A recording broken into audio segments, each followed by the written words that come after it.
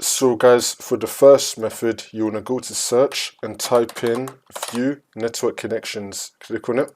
And now once you're on this, make sure that your network adapter has been enabled. If it's been disabled, then you want to right click on it and then click on enable. You want to enable your network adapter. For the second method, you want to go to search and type in troubleshoot settings. Click on it. Once you're on this, you want to click on other troubleshooters and you want to find network and internet. Click on run.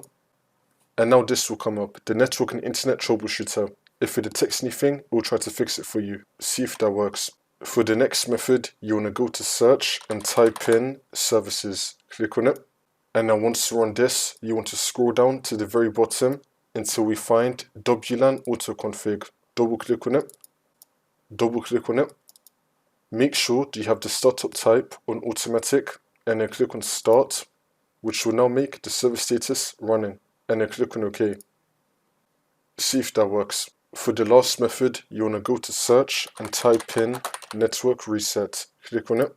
And now once you run this, you want to click on reset now and then click on yes. It's going to restart your computer in 5 minutes, or you could just do it yourself right now. And then hopefully this will fix your problem.